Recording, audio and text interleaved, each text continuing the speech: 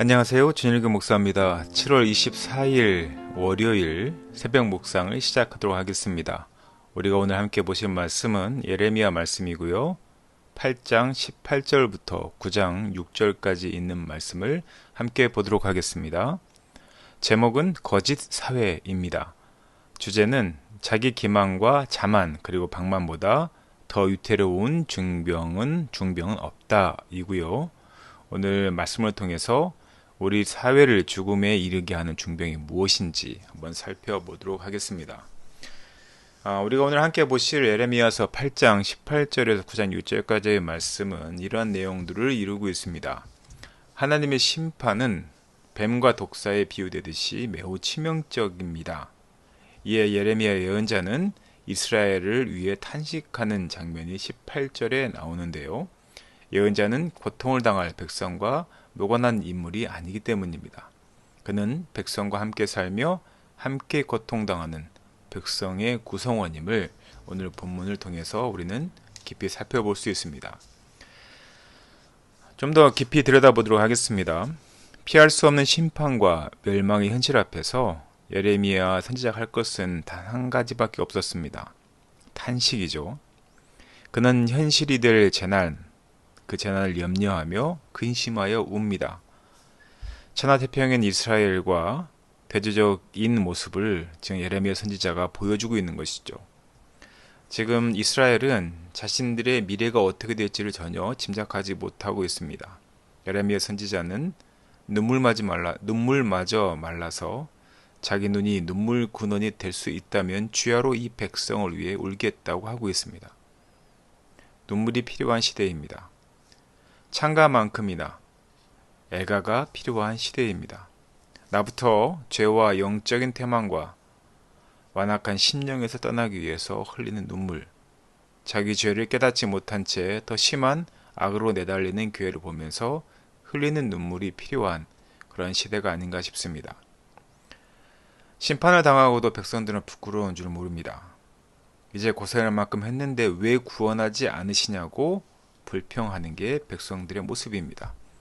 그들에게 하나님은 자유로운 주권자가 아니라 자신들의 신념에 따라서 자기들의 기대와 필요에 따라서 움직이는 그러한 도깨비 방망이와 같은 존재에 불과했습니다.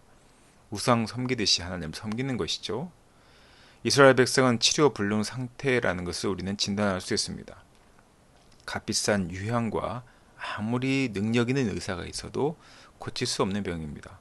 그들의 마음을 바꾼 후에 혹시나 하나님께서 마음을 바꾸신다면 모를까 인간적인 방법으로는 가망이 없음을 우리는 알 수 있습니다. 세상이 주는 거짓 처방 이것을 믿지 말고 주께로 돌아가야 하는데 이스라엘은 그러지 못하고 있는 것이고요. 혹시 우리도 그러고 있지는지 살펴보아야 합니다. 동족의 행음과 폐역을 더 이상 눈뜨고 볼 수 없어서 예레미야 선지자는 이 백성을 떠나 거할 만한 광야가 있기를 바랬습니다. 하나님을 떠난 그들을 위한 인내심과 동정심이 더 이상 남지 않았기 때문이죠. 유다 사회는 거짓이 진실을 대체했고요. 악이 쉬지 않고 이어졌습니다.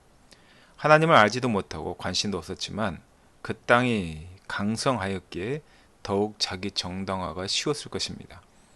신앙 회복 없는 경제 회복이 더 큰 재앙인 이유가 바로 이런 이유이죠. 하나님을 떠난 유다는 아무도 믿을 수 없는 사회가 되었습니다. 하나님께 간음한 백성은 모든 관계마다 다 간음했던 것이죠. 그들은 하나님의 심판이 임하기 전에 실질적으로 스스로 와해되고 있었습니다. 사랑하는 제일교회 성도 여러분, 죄가 관영한 유다 사회를 보면 홍수 심판 전 노아 시대를 보는 것과 같습니다. 유다는 치료하기에 없다는 절망적인 처방만 기다리고 있는 셈이죠. 모두 그들의 거짓과 행음 때문에 이러한 결과가 벌어졌습니다. 참다 못해 하나님께서 징계하셨기 때문입니다. 그러나 우리가 알아야 할 것은 소생할 길은 죽을 힘을 다해 하나님께 돌아가는 것뿐입니다. 우리가 살고 있는 이 시대가 얼마나 죄가 많고 또한 관영한 시대인지 우리가 먼저 알았으면 좋겠습니다. 우리의 삶이 하나님의 말씀에 따르는 삶이었는지 아니면 세상의 방법으로 또한 세상이 말하는 거짓 처방으로 내가 치료받으려고 하고 또 하나님 없이 사는 것들을 너무나 당당하게 여기지 않았는지 우리 자신을 돌아볼 수 있었으면 좋겠습니다. 하나님께서 기회를 주실 때 돌이키고, 또 하나님께서 우리에게 징계하실 때 그 징계에 대한 불평보다도 그 징계의 원인이 무엇인지 한번 깊이 들여다볼 수 있는 우리 사랑하는 제일교회 성도 되시기를 예수님의 이름으로 축원하고 부탁드립니다. 함께 기도하겠습니다.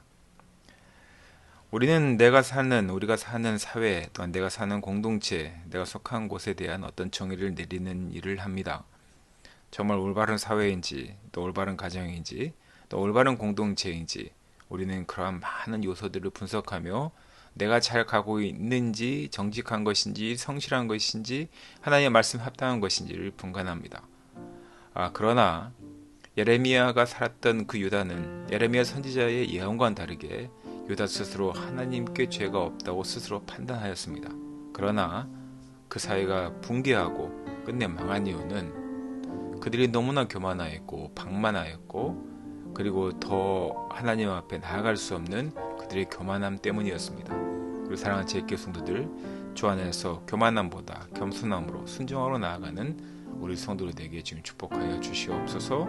이 모든 말씀 거룩하신 예수님 이름으로 기도드렸습니다. 아멘.